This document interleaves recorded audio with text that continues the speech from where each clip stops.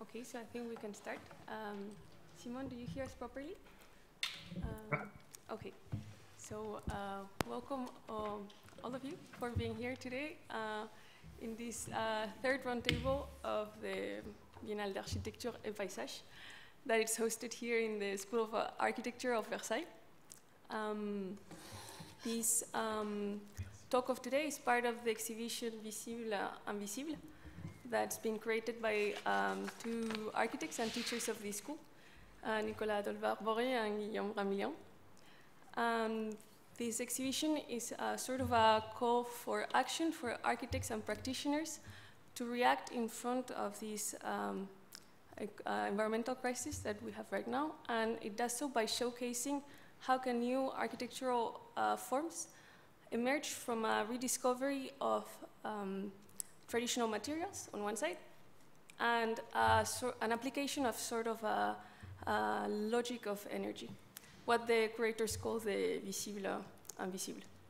So I'm gonna partager l'écran.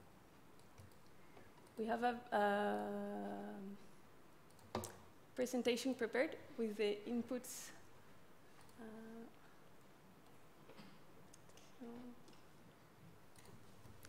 With some of the images that I've received from the participants of today. So the name of this talk is Terroir territory.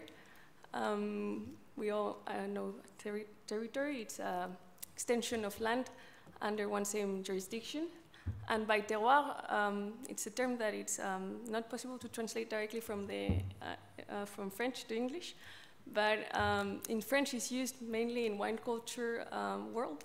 And it's used, it can be understood like the meeting of a ground, a climate, and a local savoir-faire.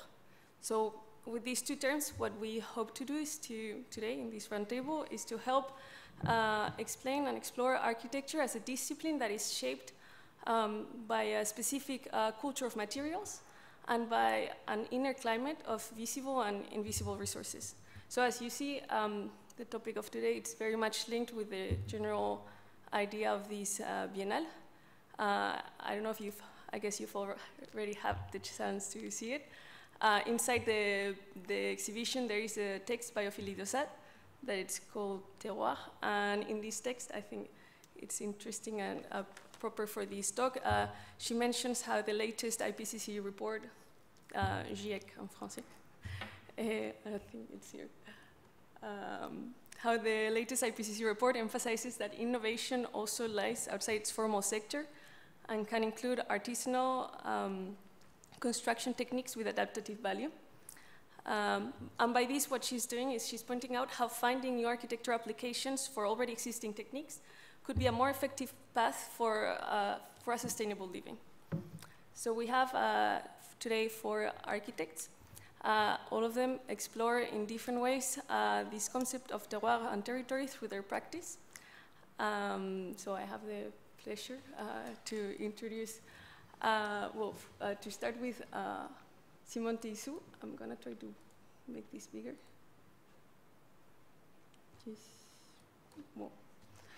To start with Simon Teyssou that we see on the screen. Welcome, Simon. Simon is a French architect based in Le Rouget, Grand Prix d'Architecture 2020, who develops a practice linked to the knowledge and the tradition of the specific context of Le Cantal. Then to my right, I have Nicolas Fanelsa, who is a German architect and founder of the studio Atelier Fanelsa.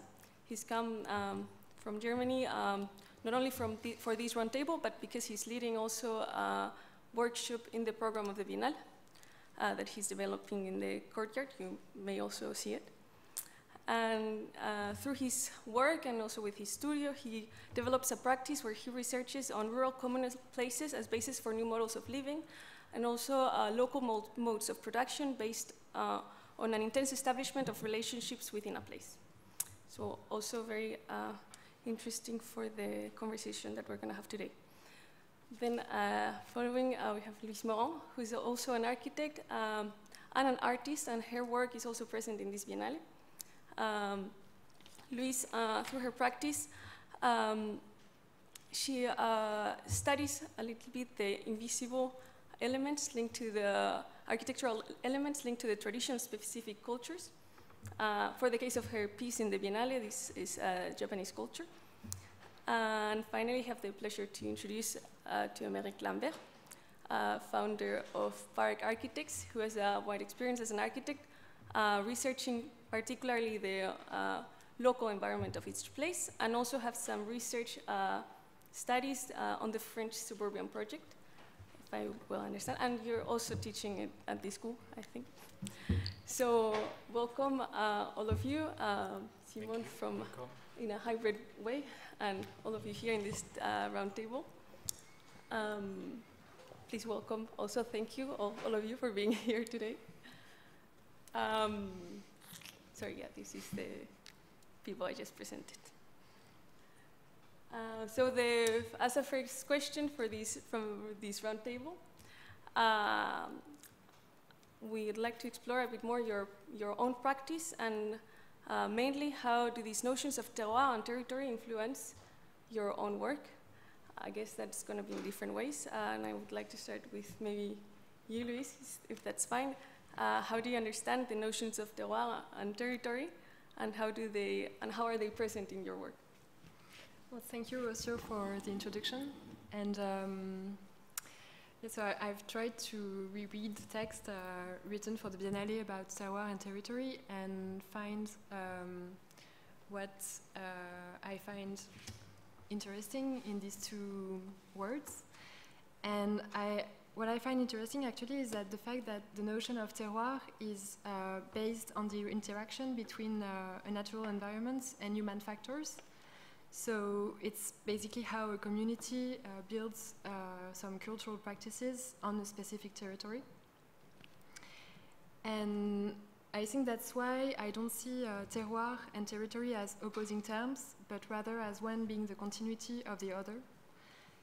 And I think that the notion of terroir, it embodies more than some tangible geological or meteorological matters, but that you can map, actually. It also embodies how human society reacts to this specific context and builds some cultural habits.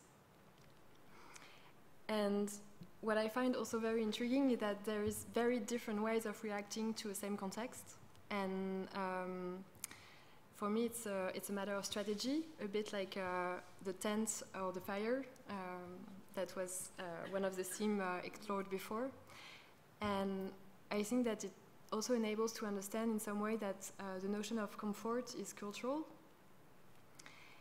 And it is actually what I attempted to document through the project I'm presenting at the Biennale, which is called Dancing, Warming the Body, Réchauffer le Corps. And it is a research project that I started because I noticed that most Japanese houses were very poorly insulated, and that there was almost never central heating in them. And I was very intrigued in the fact that comfort expectations were not really relying on the architecture, but that they were more relying on objects or practices. So I went to Japan for 2 weeks to experience that relation to comfort myself, and I tried to document with a thermal camera all the little objects, all the practices that are a source of comfort in Japan, as opposed to a strategy of gaining comfort by warming the air, which is there more a strategy of gaining comfort through the conduction of the heat produced by objects, for example, or by drinking tea or taking a hot bath. And so yeah, that's the relationship I would make in between the two terms and the way I explored this thematic in Japan. And I think this is a bit related to Emeric, your practice, where you're also considering the local environment. I wonder if it's if you're learning it in a similar way of how Louise is approaching this topic, or how do you use this within your practice? So, do I use the two terms, or just she has said open, just like I yes. want? Okay. However you want. So, I was really interested by the eating in Japan houses, so I was thinking about that. So I begin with the two terms, territoire and territory. And I think that we are, myself and PARC architects, are doing something like a journey from territory to terroir. We try to do that, in fact, because we started with the notion of metropolis, like defined by Ramcolas, and on the other way, during our study in EPFL, with the old city, more like something like Rossi can define the city. And in fact, we realized that we have always lived in a suburban situation, suburban environment. We started to learn in a suburban city, like Vaux-en-Velin, do you know this place? And then we go in Lausanne, and the school was outside the city. And in this school, we learned to do projects in London, Paris, Torino, and the last one I don't remember, but it's always a real city. So we find that there is something missing in our scholarship, and the thing is missing where we live, in fact, in small house with a car and a supermarket. So the idea was to use the tools we have known to analyze the city and go in this place where everybody lives in single houses, and then nothing works at all. So if you use what you learn in school, you can't do it's impossible to do a project in a suburban place. So I made that for my last project, the project at the end of the studies. And it was a bad project because I don't know how to use these tools, but I think that it was a good subject. So I tried to define how the suburban sprawl works. And we arrived to the notion of park, and think that in fact it's a generic city that works with parks, and they are linked by, we say, networks like, of course, the roads and communication networks, etc., and everything for the sustainability of the house, like water and things like that. So it's the beginning of park architects. And the other question that appears is that when you go in those cities, you want a house and you want nature. But in fact, you arrive and you destroy the nature, and you made something like a garden or like something to park your car and things like that. So you are looking for nature, but when you arrive, you destroy nature. So it was the beginning of the problem for us to find something that have a match between architecture and nature. And we find something about climate and atmosphere, because there was a person who's called Philip Ram who made a book that we read during the studies, and we were really interested in his approach of the climatic and atmospheric subjects. So, in the end, our concept is about environment, and I think that terroir is a thing, is perhaps a subject, territory is another thing, a subject, but perhaps more conceptual. Terroir is more about the savoir-faire, and territory is more about geopolitics and military. And in this way, I think that the suburban sprawl wants to be terroir, but in fact, it's territory. It's to build on the territory again and again to extend the city. So we use environment, which is a point, and we are looking for things around the point. So we can go everywhere and put a point and analyze everything around. And do the opposite thing is to consider everything and go to the point where we are doing the analysis. So it's, I don't know if I answer right to your question, but it's the answer I prepared, something like that. Thanks, Emeric. Simon, I was wondering, as Emeric just explained, he looked towards the environment or towards climate because that's the most natural thing that you could find in the suburban that you were facing. I don't know exactly how is Le Rouget. What is the, how does the context where you're settled look like? But I was wondering how may this specific territory or the local knowledge of this area have influenced you to create new forms of architecture and develop your practice?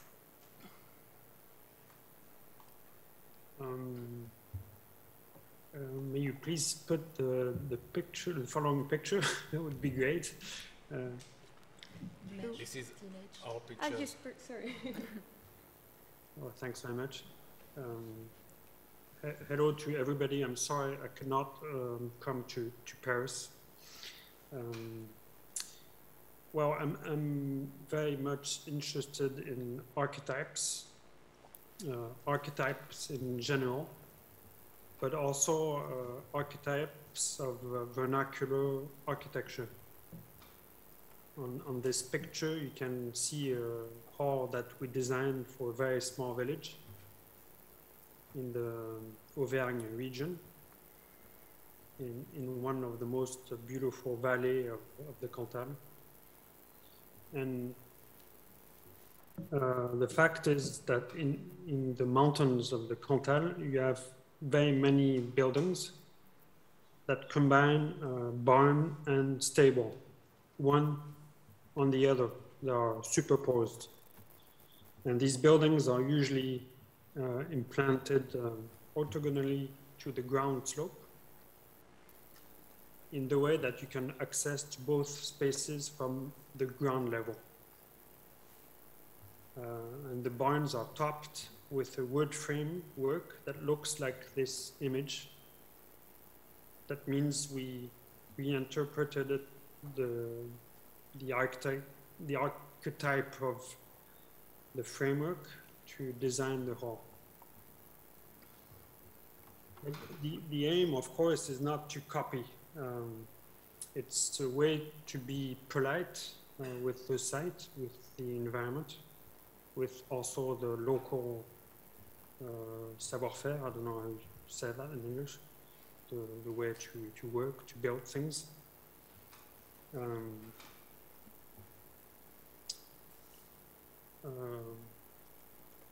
But that means also that when you look at this building from far away, we cannot see it on this picture, but whatever.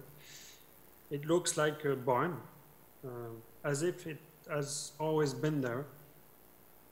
But from close, you understand that the architecture is very contemporary. And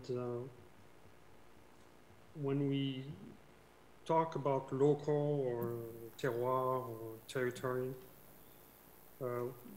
we should not forget that other influences also help us to design things. Here, for instance, the hall. I can even say that here, Chinese or Japanese architecture, for instance, with their tea pavilions closed by shutters, or the absence of gutters in such a way that you can watch the rain fall from the roof, also were an influence for us. So this is just an example of the way we try to work in the place where we live and work, in a remote place of France with a very low density of population, where nature and agriculture are very present, also forests. So in those areas, of course, geography figures are very important for us, but also vernacular figures and vernacular architecture. So I'm not speaking about Le Rouget specifically, and this is just an example of how we would act in our area. So, if I understood well, it's a sort of a hacking from a traditional typology that you find in often in the Cantal to a more contemporary language of architecture. I think, Nicolas, through your work, you generally talk about innovation in the rural, and I was wondering if there is how much part of this is innovation and how much part of this is heritage, and how do these both notions merge when you face the reality through your practice?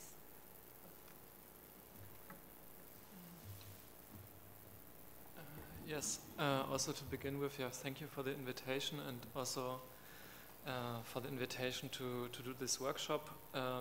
So you're all invited to come by. We are in this corner here of the university. And yes, coming to your question, and also this picture which I brought here, which is in the rural part of Germany, in the center, and it's an existing barn which we transformed to be a kind of small cultural center, but also for the client who is an artist as a kind of studio, and it's now becoming a bakery because the artist decided to do a 2.5-year apprenticeship to become a baker that you need to do in Germany. You cannot just sell bread, you need to do a kind of learning process.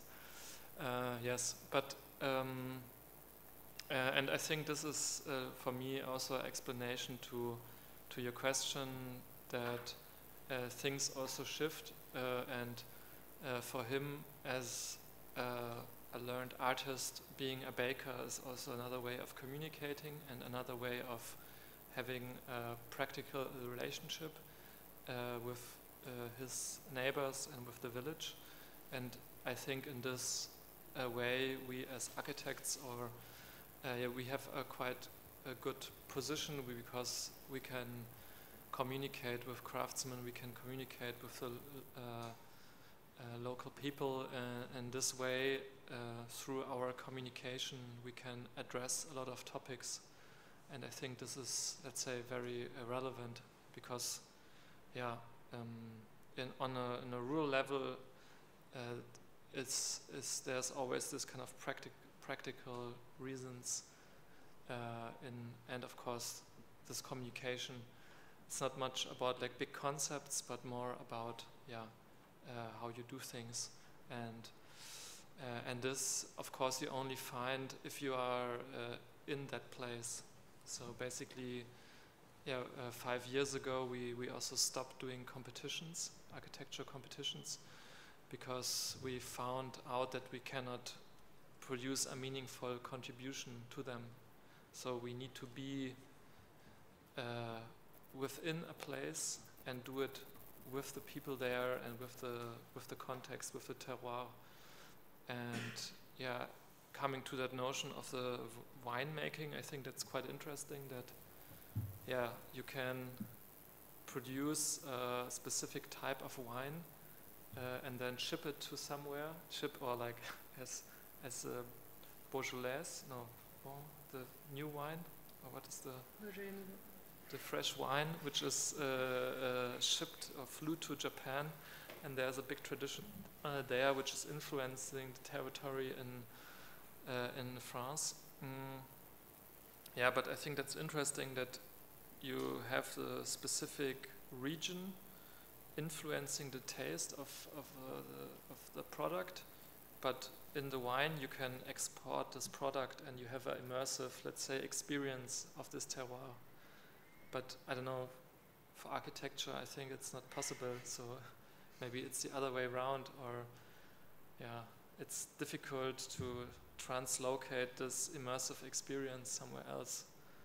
So yeah, this morning we went to see a quarry with all the houses here are made from the old houses, and of course in this village also all the houses are made there, and yeah, I think it would be difficult to export this feeling to Germany. So yeah, you have to go there, and that's what we also did there in that project, that our office went there every month for 1 week to construct this project together with the client. And there the notion of us also as architect changed, because we became a craftsman, the client maybe became the architect, and yeah, it's still ongoing, the project. I think that's also specific to these projects, that there's not a finished stage, but it's like continuous process. Yeah, I think super interesting what you just mentioned about the fact that you decided to not do any more competitions as a conscious decision, because you believe that the product that's going to come out of that, it's not going to have the same, I guess, architectural qualities. And this links very much with the second question that I wanted to push through here in the debate, where I intend to make a more conversation among you, all of you, because I like to explore this from a more methodological approach. In fact, how or is it realistic, or is it like possible to think that you can export the knowledge that you have, that you learn in a place, to a project that you're going to develop somewhere else? Is there such thing as the exporting of this type of knowledge? And I don't know, you just described a little bit, Nicolas, that you didn't feel that that was possible. You also mentioned that there was a German word that could describe sort of this terroir notion. I don't know if maybe you want to start explaining a little bit more this methodological part, and why did you decide to not go through competitions, and what have you been doing instead? Yes, I think for the global approach, yes, as I mentioned, in the term you mentioned is in German, it's Kulturlandschaft, so literally translated cultural landscape, and it means the territory, the landscape, and with all influences, like the farmer, or influencing the land, but creating through this influence, creating a higher diversity. So not as it is today, where it's very industrial and the diversity is going down, but in the 19th century, the farming was creating a higher diversity, and the buildings were like, let's say, part of this landscape. And I think this is interesting, or like connects also this term of the environment, that there is the environment, and then which is kind of very much influencing the architecture. And currently most architectures, like buildings, are, let's say, a little bit detaching through this environment. And I feel that you cannot make an architecture like a one-to-one transformation of the local to the global, but you need to find certain patterns or certain things. So as we saw in the one project of the sliding doors from Asia, that for me is a pattern, or this experience of the rain with no gutter, this is a pattern which then can be kind of applied also to other locations. What about you, Louise? Your experience is very different. You worked in Japan for this exhibition. How do you approach such a different culture from scratch? Well, I think that for me it's not really about exporting the solutions, but rather exporting the questions raised by observing how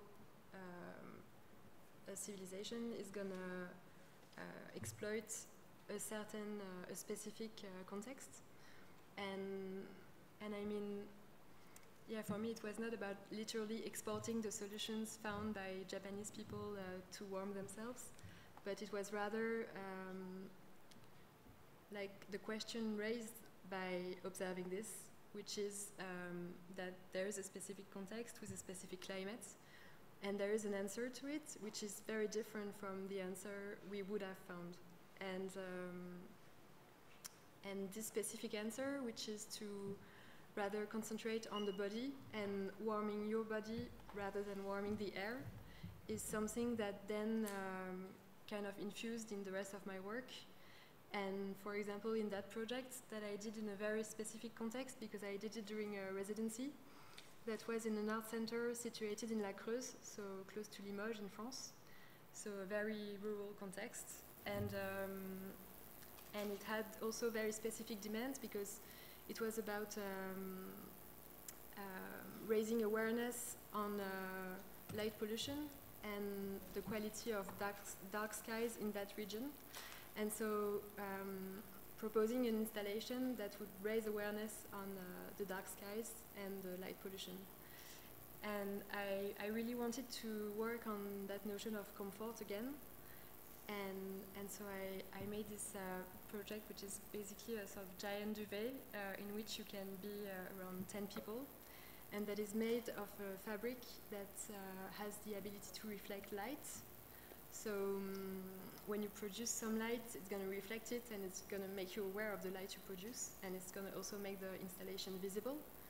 And when there is no light, it just disappears in the dark. And this fabric has also the ability of reflecting the heat produced by your own body. So it works a bit like a survival blanket, because I didn't want to work with a device that would produce heat, but rather use the heat that your body already produces. So yeah, for me it illustrates a little bit the way that these questions raised in Japan, I didn't like translated them literally, but they found a way to continue the reflection in some other projects. Yeah. I see you nodding, Emeric. Do you agree? I'm trying to do some links. So I have one, perhaps. Could you go on the picture before the previous picture? This one, yeah. Because there is a story of tent and something that we have just talked about. I'd like to show this picture because I think it's our problem, is that we want to explain that we are living in the nature, to use a simple word. So we have drawn like something like a forest, but it's not a forest, it's a drawing of a forest. So perhaps it's stupid, in fact, but we try to do that. And then we put a Quechua tent in the place, just like a house in the suburban sprawl. And then the problem is about the climate, so the heat, which was really interesting, also your proposition. And the problem is to export something when you are working only with territory, in fact, because most of the time we only do competitions. So in fact, we always arrive in a place that we don't know. And we have like 2 months to do something relevant in this place, and it's really hard to understand the place, to touch something of the terroir. It's quite impossible, in fact. So we always have to do something that is coming from the generic way of designing a building. So then we go to the other picture, please. Thank you. So what we try to do, and this is the installation we have made for the Biennale, is to use what we call devices, architectural devices, climatic devices, the forms that architecture and architects have found to manipulate the climate, just like the tent before, or just like something like a patio, or something like a roof, that modulates the climate. And when we arrive in Terroir, we try to find something relevant there and to find a vernacular form of this terroir. But almost the time we don't have the time to find the right thing because it's too short. So we only do things with books and with something like une enquête, something like research, an inquiry, yes, to find something relevant for the terroir. And then we try to do something generic, of course, that try to fit with the terroir, because we don't live in the terrain. I think it's really important to live in the place, to understand those things of savoir-faire and things like that, and have the time to produce something different than we can do in a competition.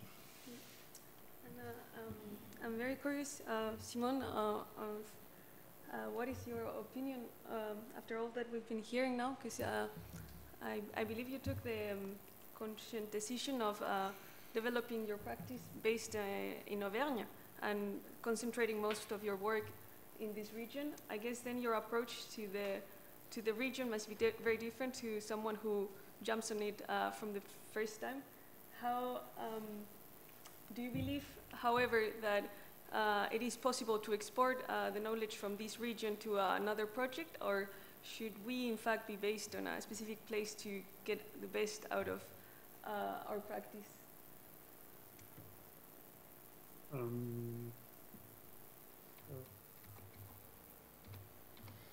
I think you can export the method with which you design, but the questions, but not the look of a work. Each work is fully adapted to its environment. But in the same time, I believe that the whole history of architecture can be summed up in 3 archetypes. Architecture felt as masses and cavities, architecture felt as armature, sort of a structure, and architecture felt as plans of matter and color. I really like this idea of mother pictures, and our buildings hybridize those archetypes that just talked about. For instance, mass and structure, and the way that you do that depends on the environment, on the program, and uses. And besides that, as I said a while ago, each work is the result of many thoughts that mixes many references. And furthermore, a project has also to express the challenges of its time. Climate change, for instance, loss of biodiversity also.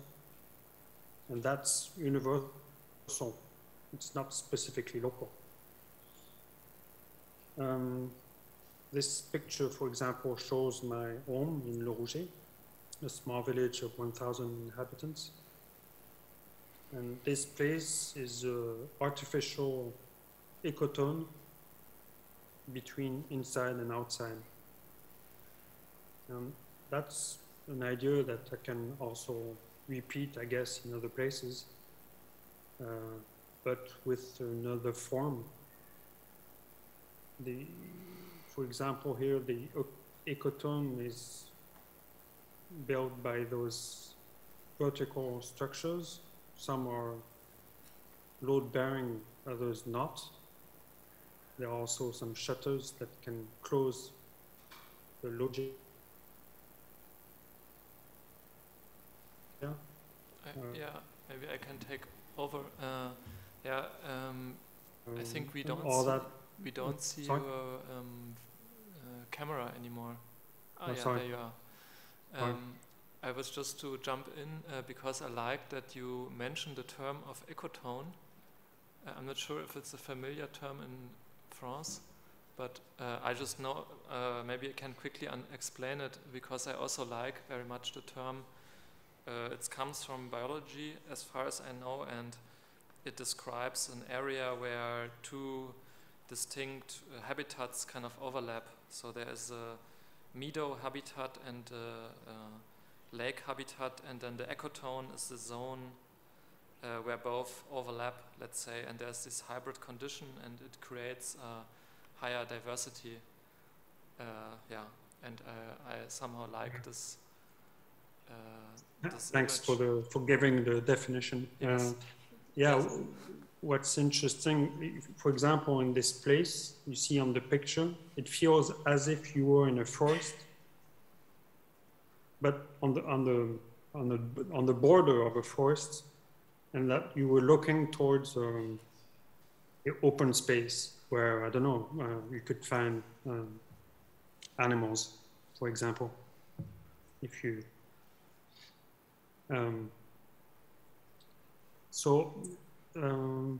Yeah, I'm very much interested in those intermediary spaces between interior and exterior. Overlapping these spaces that overlap between two different milieux. I don't know how you say that in English, sorry. Yeah, that's all. Nicolas, have you worked also with this ecotone in your practice? Yes, we also did a project for the Oslo Triennale, I think 2019, where the project was called Rural Ecotones, and we also try, let's say, to describe the specific milieu of German village of Gerswalde through, let's say, experiments and materials and findings which we had there. Yeah, and we used the term there because we were intrigued by this idea of this, let's say, complexity and diversity of the two milieus overlapping. Yes, and this was one question from me to Simon was if you could imagine to build also somewhere else, or like, let's say, what if a client or somebody approached you and says, oh, I really like your works, can you do a project for me in, I don't know, northern Poland or somewhere where you're really not familiar with? Would you accept this commission, or what would be your answer? If it was not so far, I would probably accept it. But what I like in my work is to be on the building site also. So yeah, the fact of taking a plane every week to go see the building process is not very. I think I would not do it. But if there was not this transport problem, I would be probably very interested, of course, because I think every place is very inspiring and can could put me in a sort of a thinking or a mind process that would make me go furthermore. I don't know if I'm very clear, but yeah, the problem today is also the way we move in the world, and I believe that we should maybe more and more move mentally and not physically. Otherwise, we won't really manage to find solutions for our planet, I guess. So was it a specific decision to settle yourself in the Cantal and focus and explore this land in depth, or was it sort of a coincidence or a consequence of some projects? No, I was brought up in this region, and I like very much the idea to sort of take care of this region. There are many very good architects in big cities. So why work in a big city instead of taking care of my own region where most of the architecture, new architecture, is a disaster.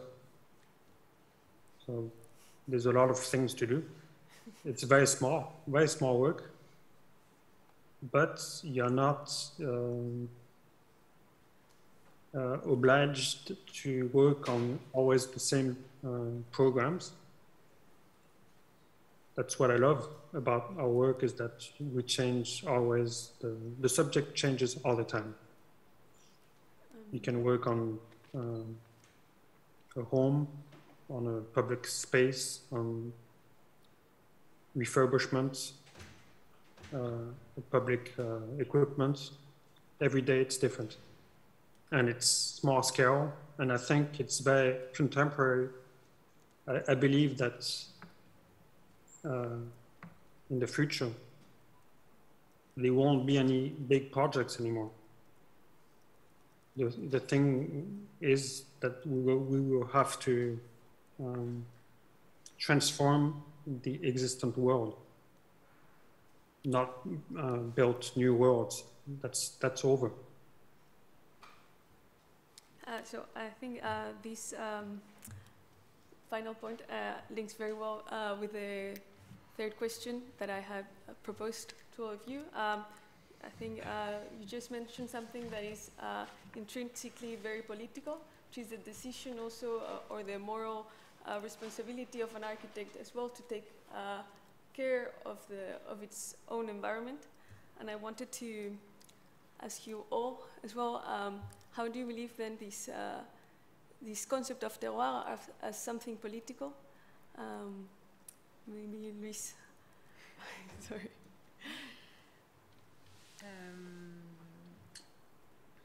Yes.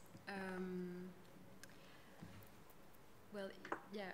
What I find political in the question of terroir, and linked in particular with the question of how you decide to achieve comfort, is really interesting, because like the idea of achieving comfort through controlling the environments and the air of every building is just impossible in terms of ecological future. I mean, it's not sustainable. So then it's about what are the solutions that can be found. And I chose to juxtapose these two pictures because I think they speak about this ambivalence. And for example, what I've learned from that project in Japan is that like right now we are in this sort of paradigm where insulation is, we talk only about insulation and insulating buildings. And I just found really interesting that somewhere else, I'm not saying that it's the right solution and that it should be transported and applied somewhere else. I'm just saying that it was interesting to see that comfort relied on something else. For example, here it's a heating blanket. And it's just like the little drawings that show how you can use it on different parts of your body. And on the right, it's a construction site of the renovation of a makia, so a traditional Japanese house, by an architect called Benoît Jacquet. And he decided to reinforce the insulation of the house, so to have a better insulation. But he also chose to frame the old structure of the house. and how it was built before and the absence of insulation. So I found interesting the fact that there was a sort of layers of history of comfort and insulation in the same picture. And yeah, I don't know if I answered really to the question, but yeah. I think Emeric, you've been also working with this environmental comfort. I don't know if you have a political dimension behind what you've been working with. I think you do. See, yes, we have. In fact, everything is about political in the end. So the idea with these drawings is to show how people have to act with the climatic and the architectural devices. And just like the blanket, it's how to say that? It's a way of living.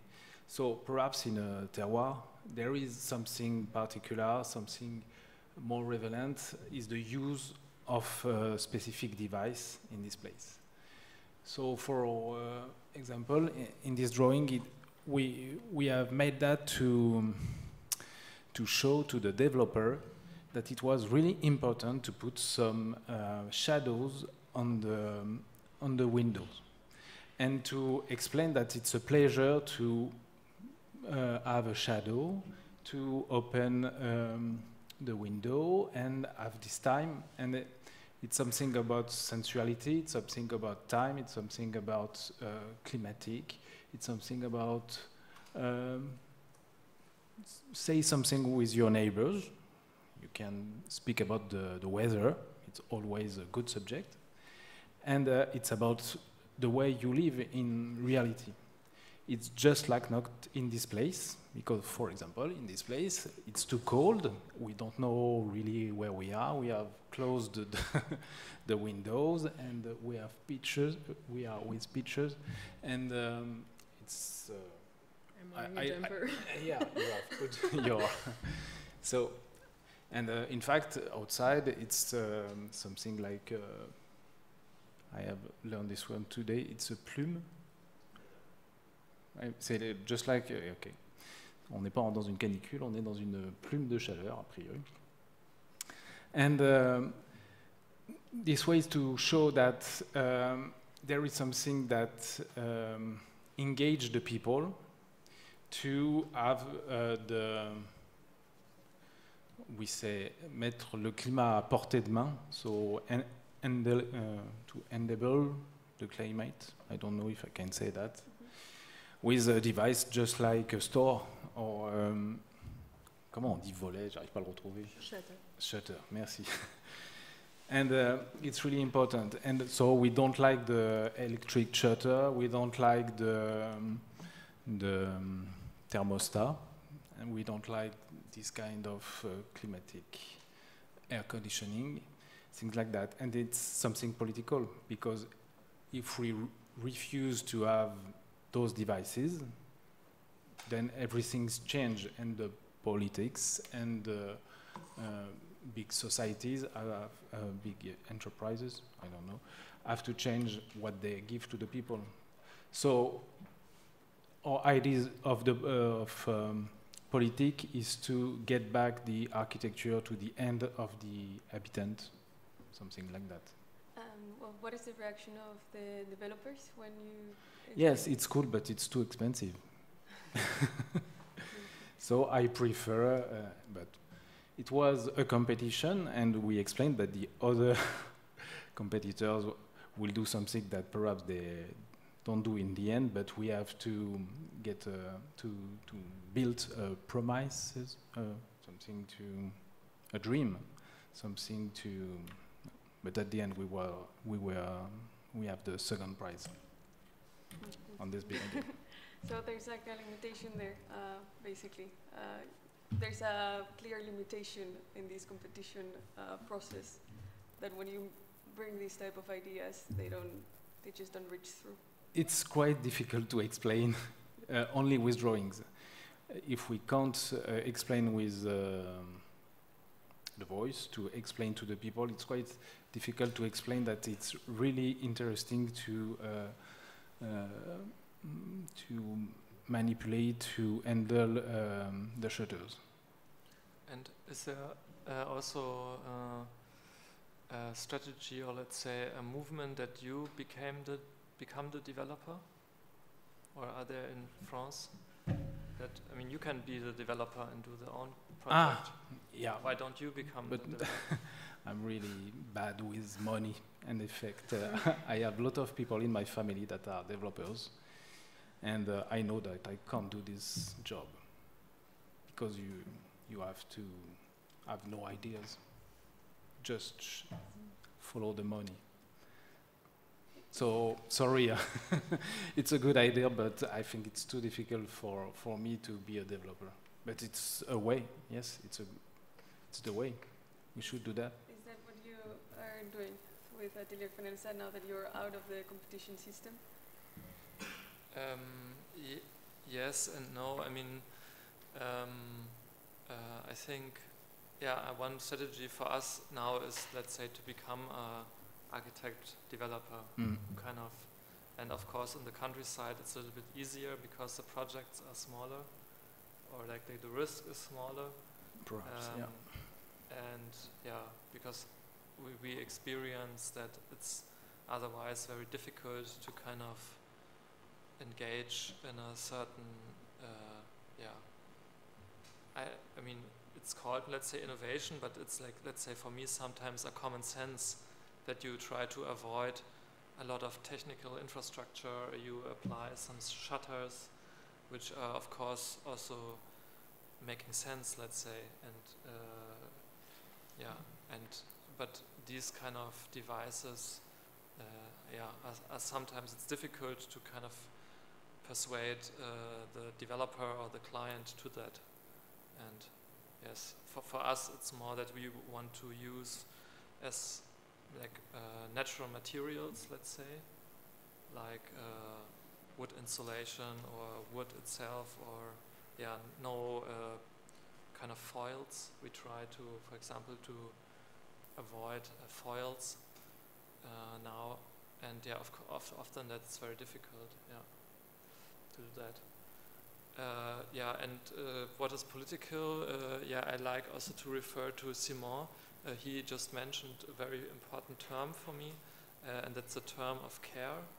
So in the way that you apply these shadow devices, you also care about the future inhabitants and the user. And I think this is, let's say, for me, a very important practice, or something which can be also exported, or which should be have more importance, this kind of notion of care, taking care. How do you think through Atelier Fanelsa you're taking care of the place where you're working at?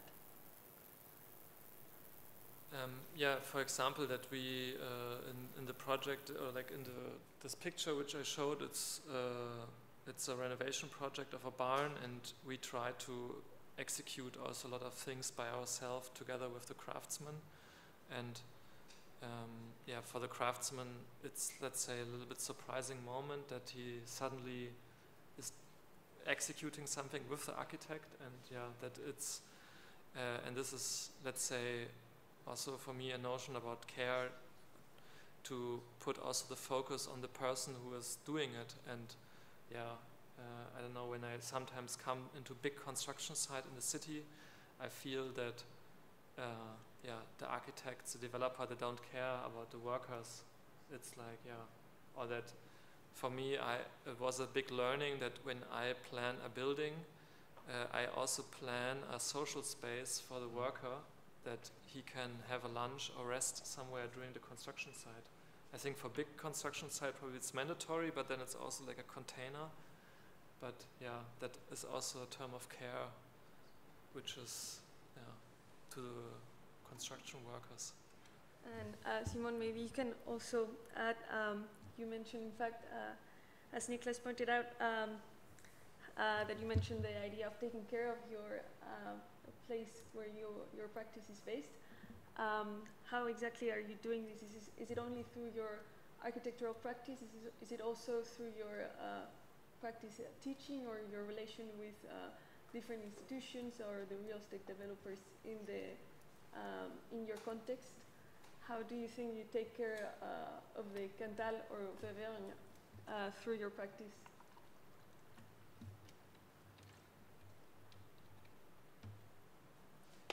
We don't hear you, Simon, sorry. Yeah, I think it's all that together. For me, there's no difference in the attitude between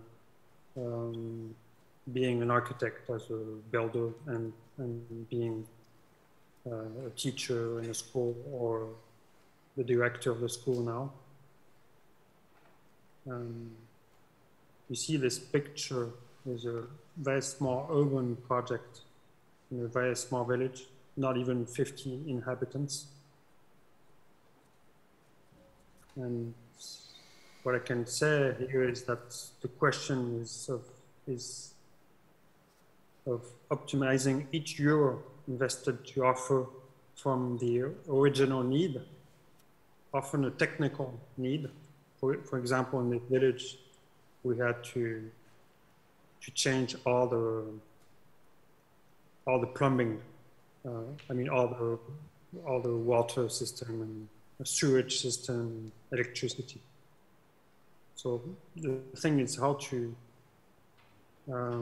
transform a technical subject into something more. It's to add new dimensions. In other words, the ecological and budgetary crisis suggests to prioritize the actions and seizing every opportunity to improve the situation. And in the same time, do as much as possible with the site, as little as possible against, and do therefore, but with care and delicacy. And I think also that the question today is that we might be assisting to the end of auto-reference above ground strategies. It's something about leaving aside the signature and more be in a strategy of arranging the continuity of the places. I don't know if I'm very clear, but. You mentioned before that you believe more in a practice of transformation rather than building from scratch. Is this something that you're exploring particularly through your studio right now?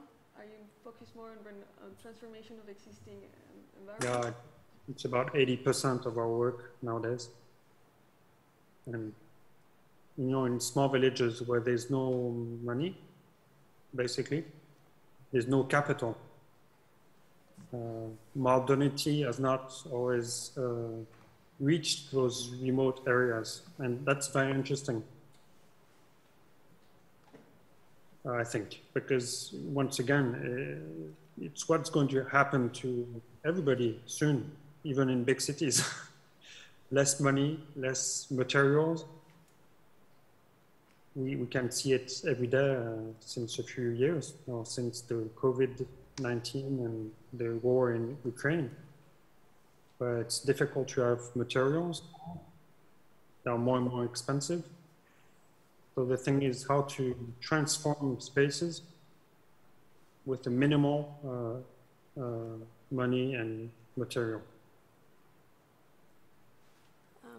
Louise, I think you also mentioned when we talked this idea of the minimal energetic use linked to Japanese exploration.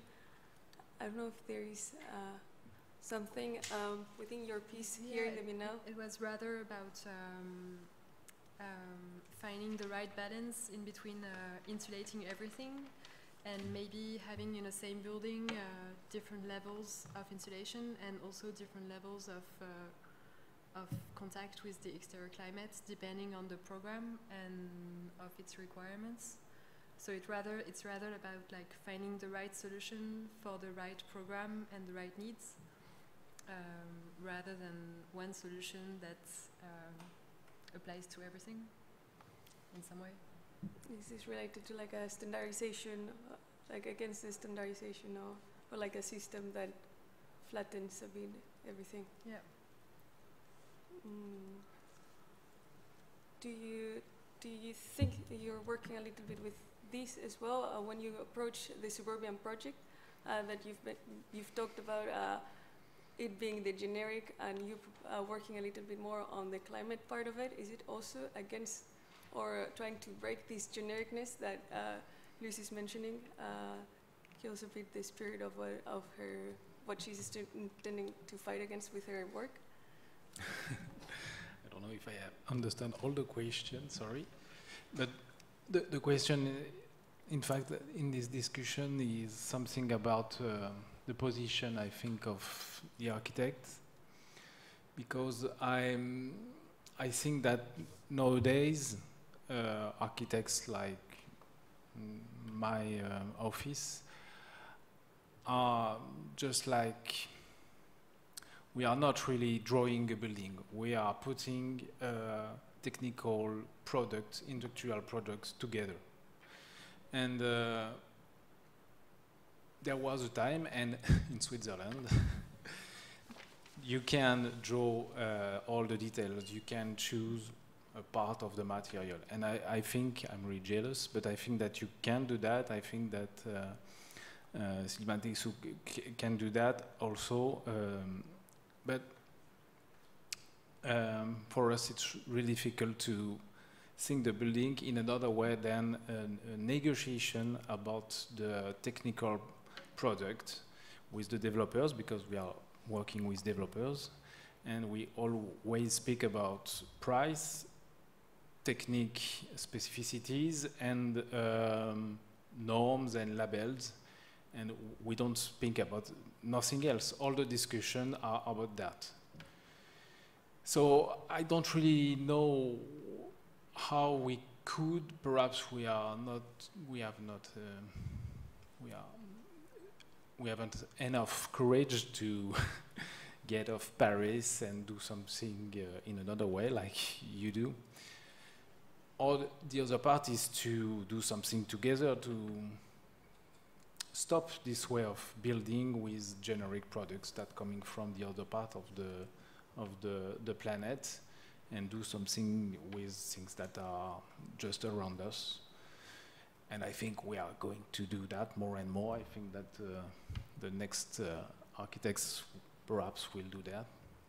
And it's the problem that we have, the personal problem in our conception that we have now in our office, how to do that. So we try to go to to real materials, not only industrial materials.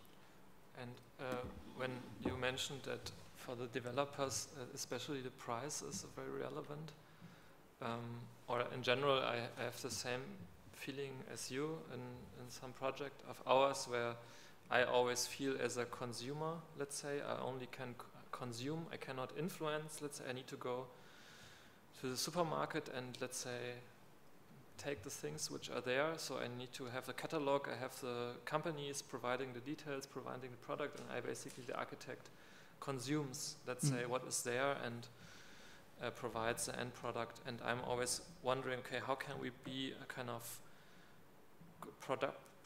productive person again? How can we also be a prosumer or like a producer of things? Like, can we be a developer and negotiate the framework, or do you have an idea, or can you be a producer of a certain building product, let's say, that then is cheaper because you only use it, and then, yeah. I don't know, because I don't have enough time, I think, perhaps. We are developing like 10 or more than 10 projects, and we are only 12 people, so we don't have the time to, but perhaps we have to take this time, and I don't know. Yes. Because it's a lot of time to do that, and it's not what we were trained for. We were trained to design buildings, to think about not to produce the material. I don't know, perhaps before the maître d'œuvre for the cathedrals, perhaps do something like that, the material and the construction site and the design together. But is it more possible in Germany, do you think, maybe as a context? No, I think the German is similar to the French condition, but I feel that at least in the, for me, my personal experience, that in the countryside it's more possible in a way, because often also the projects are smaller and the time is, there's a different timing on it, so it's, the projects take longer and you can, for example, now we like to use clay as an interior plaster, and it's very expensive. And for example, now we try to work together with a craftsman to train him and then to, for example, use that in the projects. And so there is, let's say, there is, or there are the clients sometimes are also engaged in the building process itself. So some things are easier, let's say, to do it.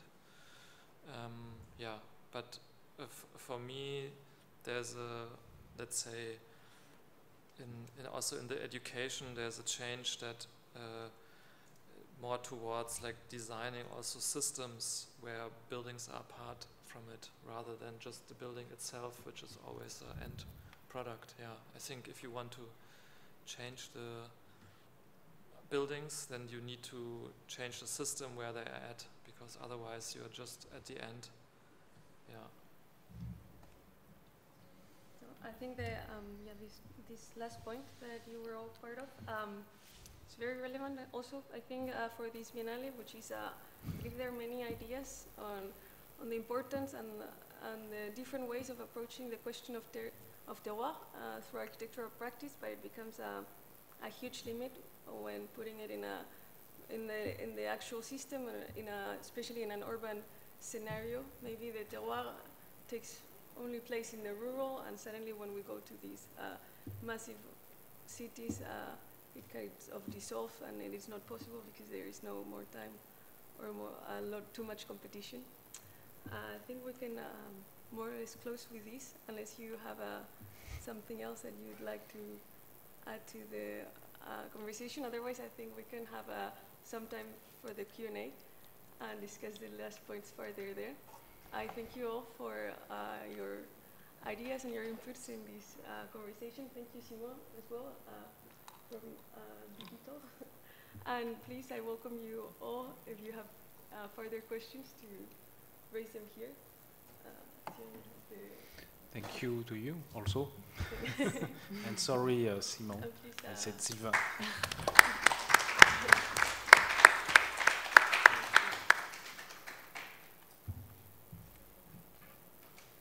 Is there a question from the audience? Yes, some question. To engage. Yeah. We have to choose somebody and.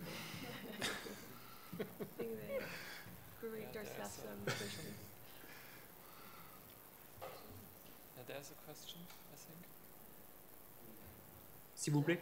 Yeah. You want me to ask a question? Yeah, you have. You have a question. I feel you have a question. You can hear me, no? Yeah. Yeah. You need the micro for the enregistrement. For Simon, yeah. Ah. I can see it. Il faut que tu restes appuyé longtemps, non? Ça s'allume pas. Là, il est bleu, là, il s'est allumé, non?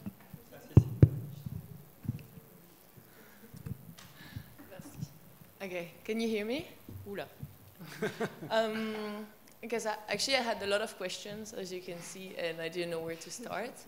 So first, thank you. I think that was super interesting, and it's really nice also to see all of your ideas clashing with one another.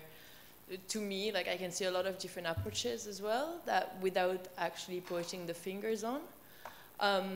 One thing that I thought that was super interesting is everyone has given their own definition of terroir and territory, well, actually, to me, terroirs sit within the territory. One is more political and administrative boundaries. And terroir, as you said, was very much engraved in craftsmanship and the people who actually, just practice the cultural practices that are linked to the territory on itself. So it's a matter of how the practices are embodied within this lens and the soil. And you talk about wine. I must say I checked the definition of terroir again before coming, and all the definition are about the climate and all of this. So out of all the questions that I had, I think I just missed a point. I think at some less on for you week less, I think, because you talk about the people and how you work with the just the craftsmen, and I think that resonates a lot with the bottom-up approach and this participatory notion. So I think it's more for you guys as how do you work with the people? You talked about all of these techniques as well, and this shading system. So the competition and the time, and when you go in a place that you don't know and you have to appropriate, whether, because to me this is what terroir is, right? It's a lot of people and culture and time that have been overlaying. So how do you work with all of those layers of cultures basically in your project and the challenge that come? That was a long question, right? But I don't know, I think it's just your approach in the face of this, because to me architecture is, we can see it's about the people, and you talk about the challenge of also developers, pressuring you in the sense of time.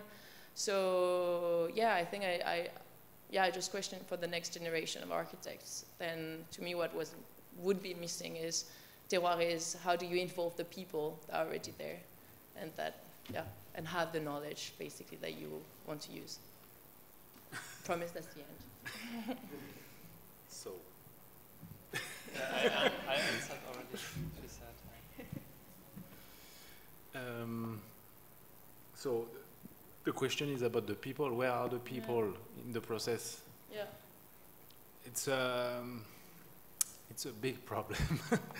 Because, for example, when you talk about people, you can talk about users, perhaps. You can talk about, I don't know, buyers or consumers. And we don't consider the people the same way. When we are working with a developer, in front of us we have a human, and he is thinking about a family living in the flat, and everything is all right, everything is cool. But a few months later, he's no more working with a family in this flat. He's working with a consumer that wants a generic product to sell this flat the higher price he can do. And we try to remember the developer that we are working with families, with a child, and things like that. I don't say that we have the good idea of this family. Of course, we have an idealistic idea of this family, so perhaps we are wrong. But for example, today, we have a fight with the developer because he wants us to reduce the windows. And we are fighting for 10 centimeters on the whites of the windows. And we explain that this flat only have walls with something on it. We call that an enduit. And the flat is exposed in the north. So like in the North Country, we try to have as much light as we can have. But he explained to us that the people can't put their furniture in the flat because the windows are too big. And the windows are only 1.4 meters wide. So, and it's the only window in the room. So is it a real conversation, or is it something really stupid? And it's totally stupid, okay? And because the developer don't know how to build a building, in 1 or 2 years he won't be here anymore. He will have changed his job. And he tried to reduce the windows because the windows are expensive in the way they think. But it's really hard for me, and it's really hard for the project manager to get back the people in this story, and to find a way to have a window. So it's when I hear that we can perhaps work with the real people, with their real building. It's a kind of dream for me. But is it possible from Paris to do that in a competition? And seriously, I don't know if it's possible.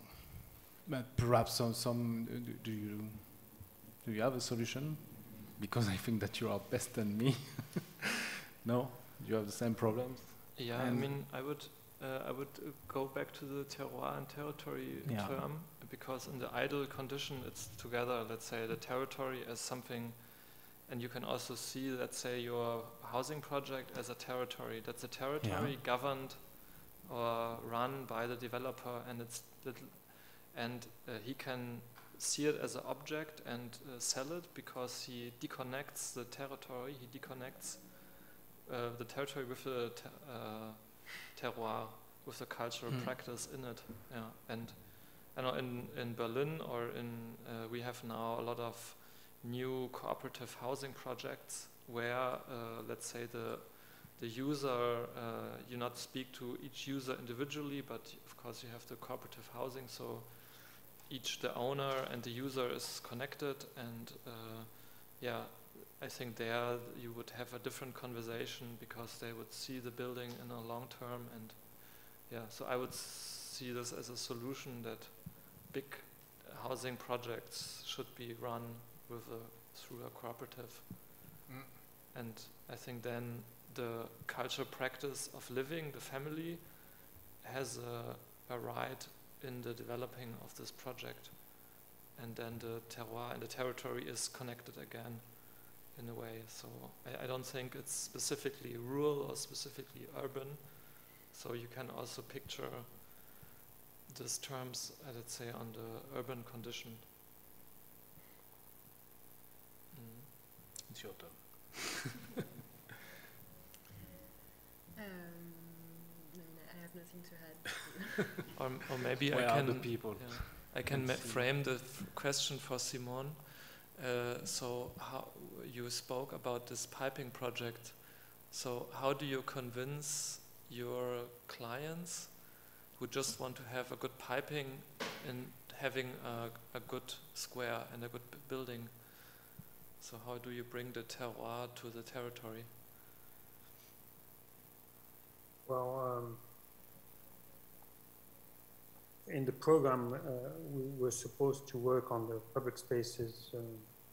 I mean, the program was not limited to the pipe system, but then there's several ways to design public spaces. Either you have a very urban vision, or you try to develop a project that's more in relation with the specific place where you are.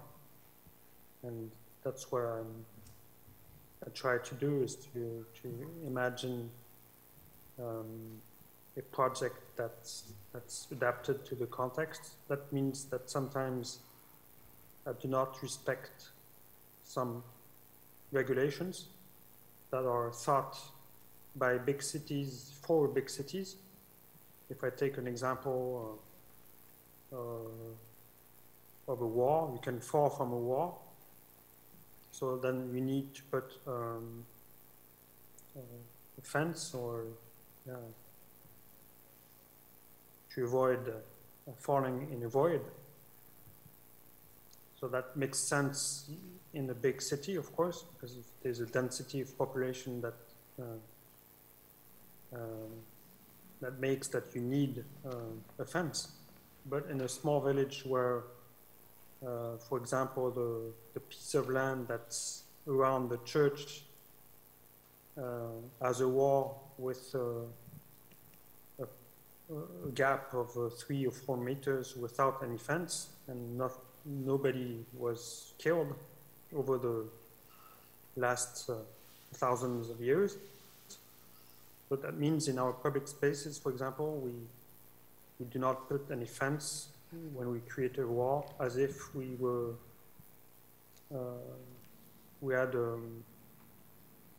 as if we were masons that would build those walls 200 years ago.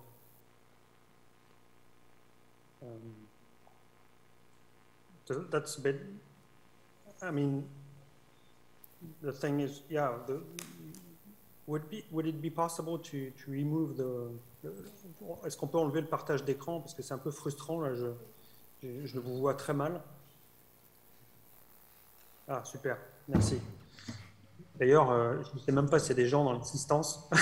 C'est très étrange aussi. D'accord. Bon. So, well, I don't know. I got a bit mixed up, but The next question. And I'm sorry, I didn't really understand the question of the public. I couldn't hear very well. Maybe next. Do we have more questions? No. No. No Maybe questions. One question. How's the time? Couple of questions more. Thanks. Thank you very much for this discussion. Yeah, maybe I have a question to share with you. It's about your definition of what is local, because it's a discussion with Nicolas. All the Biennale is about local resources, because it's organized by the region. So the question is, what is the region Île-de-France? What is its specifics? So about architecture, we made this hypothesis about the material and energetical resources of the region. So there is a point around this question, but we can understand with your work, like Nicolas, you said you settled in the countryside to work directly with the client on the project, and like for example, Emeric, you're working all around France, maybe with your agency. Louise, you traveled to Japan to learn about, to relearn about a way of eating. So maybe a question is, because with this idea of terroir, there is something that, like you said, is about culture. And people, especially when you talk about terroir in a place like Versailles, everybody thinks about cultural habits. And whereas our definition of terroir is a little different, it's maybe more about the soil, the atmospherical qualities of a place. And if you consider this in like I would say in a naturalist way, like I'm thinking about Humboldt, Alexander from Humboldt and his maps. Maybe you can consider two different places from the opposite of the Earth would have some very exact comparable qualities about soil, weather, and atmosphere. That's why, for example, you can make a wine, a very good wine in Chile, which is maybe very near from a Bourgogne wine, more than a wine from Bordeaux, whereas it's the opposite place of the world, and so it's very different places. But what is interesting is to maybe to share the knowledge to make wine, but it could be to make building, of course. So yeah, I think this idea about local is it's a very important question. Should we only work with local material and energy, but to travel and to share some ideas, and so thinking it's universal? Or on the contrary, we should settle in a very small place and with this question, how to share ideas when you settle in a very small place, but to use products from all over the world. So this could be resumed in this question how do you consider local?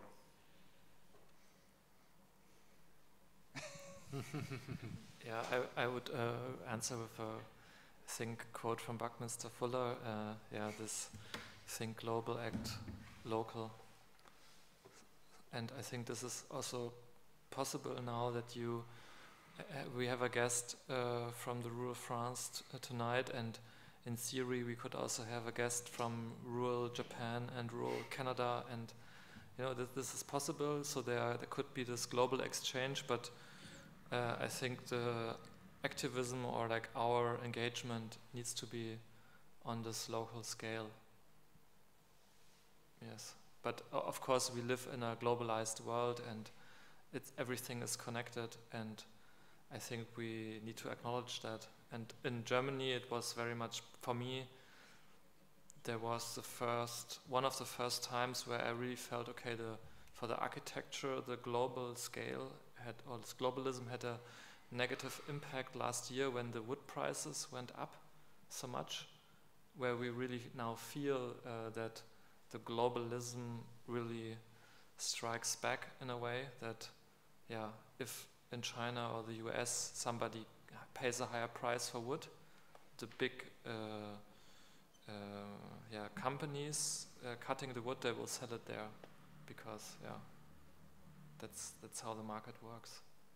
And in this thing, I think we need to have again local value chains established.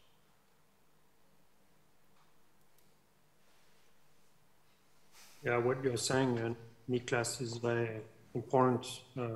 We have the same problem. Although we have a lot of wood all over the place right near where we live, it's very difficult to get access to this wood that now leaves directly to the United States, for example.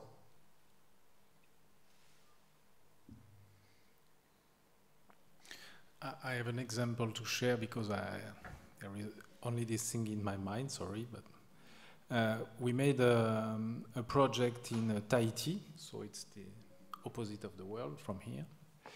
And Tahiti is a little island, and the next country is about 8,000 kilometers. So we tried to find a local material to design this building. And we try with wood, but when we look for wood, our partner on the island explained us that the wood industry doesn't work, and we can't build a big building in wood in Tahiti. Okay, so we try with the local plants that's called pandanus. And we try to put this pandanus on the roof and things like that, but they explain us that it can't be in a building because with fire it's not legal, so no pandanus. So in the end we find that the concrete was the local material, because we can use the soil of the earth on the island to make concrete. So one of the arguments was to explain, when we exposed the project to the jury, that the local material that we have chosen was concrete. And they say it's a good idea, but it's no more a good idea, because there are no more sand on the island, because they have to take the sand from the rivers, and the particularity was that the person who explained that to us was the Minister of Culture, Agriculture, and Environment. So it's the way to have a great minister, because environment and those questions are made of culture, agriculture, etc. So in the end, they ask us to do a building in steel. So in fact, we conceive a building in steel. So we tried to manage something about something like ship, because the building is it has to be prefabricated, yeah, something like that, in France, and then go to the island by ship. Yeah, I see your eyes. So the building is built like a ship. In fact, it's like the mât. I don't know how to say that in English. And it's the way to how to say that, to get in the way to build a building there, because we asked to find something on the island, and they explained us that no, it's still the good way to build the building, because concrete it's no more possible. They do concrete, but the minister wants to say that it's no more possible to do concrete on the island. So it's not an answer, but it's a real something really strange. And we can't do the building now because still it's too expensive. And how are built the other buildings on the island? There are a lot of buildings built in steel, Okay. but like bidonville, yeah. They have like it's a schematic, but they have two types of buildings: the concrete buildings, a bit of wood buildings, but not so much, and a lot of steel buildings, but really poor buildings, like prefabricated, really thin, things like that. Because in fact, they always live outside, because when it's cold, it's around 18 degrees, something like that. Donc, they don't really need a building to live an everyday life. So, in fact, they are building. They are built with everything is built with steel, and a bit of wood and a bit of concrete. Well, my answer would be maybe a bit on the side, but yeah, what I found really interesting in that notion of terroir and territory as two distinct things is the human factor in terroir, and also the expectations humans can have in terms of comfort. And so in this aspect of generalization of expectations of comfort, for example, I mean, it's a lot about, in fact, the material that you can find somewhere, but it's also about the climate somewhere, and so the expectations you're gonna have the expectations you're gonna have towards the architecture you produce somewhere in relation to that climate.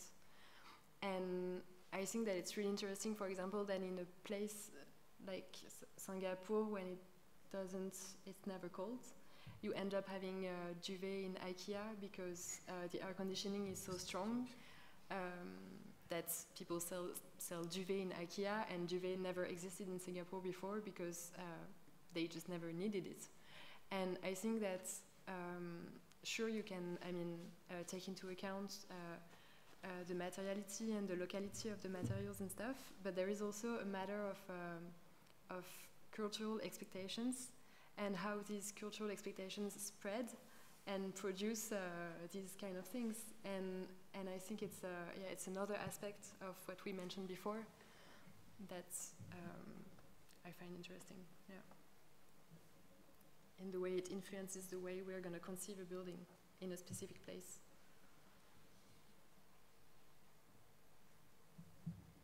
Do you have something to add, Nicolas? No, I said already. Do we have any more questions from the audience? Last question. Is the last question? I had a question. Oh, sorry. The curator.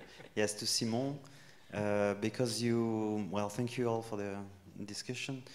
And Simon, I think I thought that you might want to mention at some point the organization of your practice and the fact that there is Atelier du Rouget indeed, but there is also the Atelier de Pantin and the Atelier de Saint-Céré, and there is a third one, I don't remember who. Il est où? Montrotier, yeah, indeed. Well, I am from Saint-Céré, so I know Mathieu a little bit also, and I think this way of organizing a practice around several several offices. I wanted to ask you whether it was more a strategy of sharing the same approach to the terroir or territory in the way you do architecture, meaning that you apply with your partners the same kind of strategy or ideas or references to different localities, or is it more a convenient way to spread the work between you and your partners, like more an economic form of working? Or yeah, it's to sum it up, is it more an organization of work, a strategy of just work, or is it more a strategy of looking at territory and looking at rural territories, even if Pantin is not really rural, but that, yeah, not anymore. But there is also in this this question of Pantin and Félix Muhl, is it even possible to apply those rural strategies that you have for a building like in La Bastide-Murat as the one Félix Muhl is doing in Romainville or Pantin? Yeah, that's my question.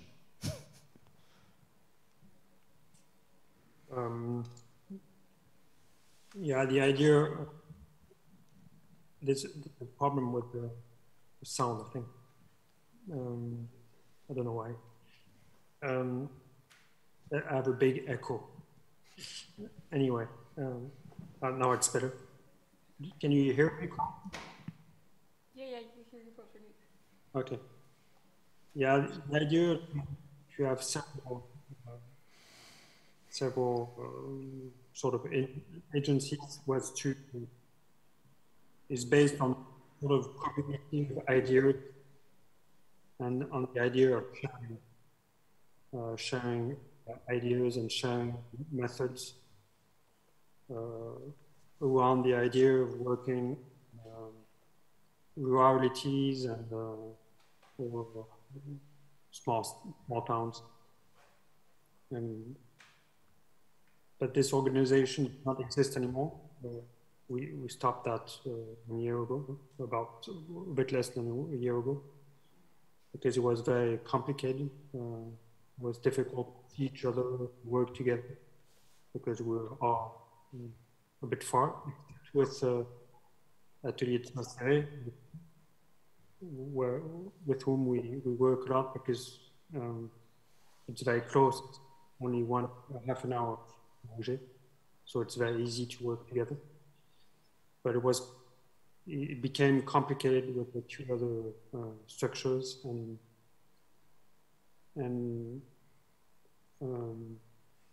we did not always have the same idea about the seriousness of the way to build.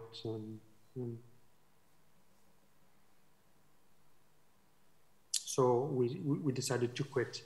But it was a very interesting experience also, because the idea was also an economic idea. It was to create several jobs based in Le Rouget that we could share. The idea was to find solutions, also to find work, employment in very remote places. So all the jobs that we shared were in Le Rouget. That means, for example, we had a guy who took care of economy of building, 3 other persons who took care of answering to the different public projects, all the administrative work, but also all the accounting system. We don't have an accountant. All that we do it in our own office. So it was a very interesting experience, but yeah, too complicated because too far. yeah, but at the base, was really to share ideas and methods, and also a way to avoid being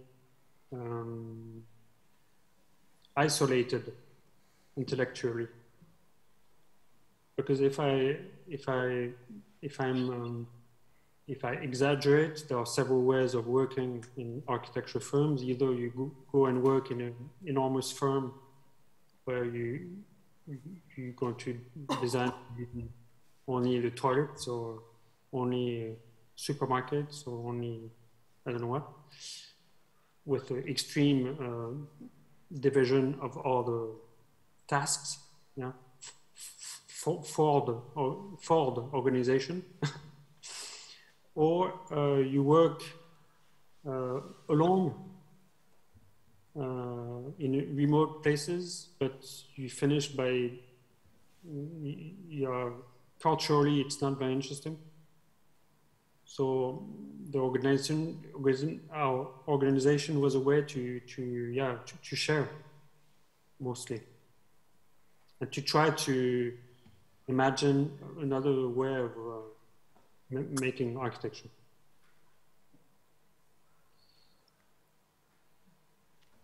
So nowadays it's a bit different. I have an agency in Le Rouget and another one in Clermont-Ferrand, and we still work with Mathieu. So we simplified the organization, and from my point of view, it works better. But I don't regret one second. It was also interesting because it was also sort of a transfer of competence. It was also a way to encourage young architects to get interested in places that are very far from metropole. Yeah, and I think it worked very well, actually, because this really set an example. I think that many young architects still have in mind this possibility of split the work and be in remote places like you are. Yeah, but I didn't know that that you split with the others. It was also difficult because for example, we worked on a nice project in Saint-Etienne, but for me it was complicated because it was 3.5 hours of driving, and I think what I'm really interested in now is working really in an area close to Le Rouget, 2 hours, or close to Clermont-Ferrand, about 2 hours, not more. Or if really I go far, I can take maybe sometimes a plane between Aurillac and Paris. You see, for me, it's easier to work in Paris rather than in Saint-Etienne or Lyon, which are closer, but there's no good public transport. So it's very tiring to take the car and go far, and it's dangerous and it pollutes.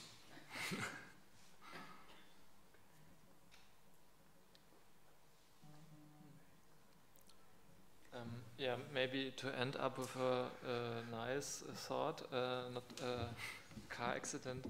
Yeah, I maybe want to connect the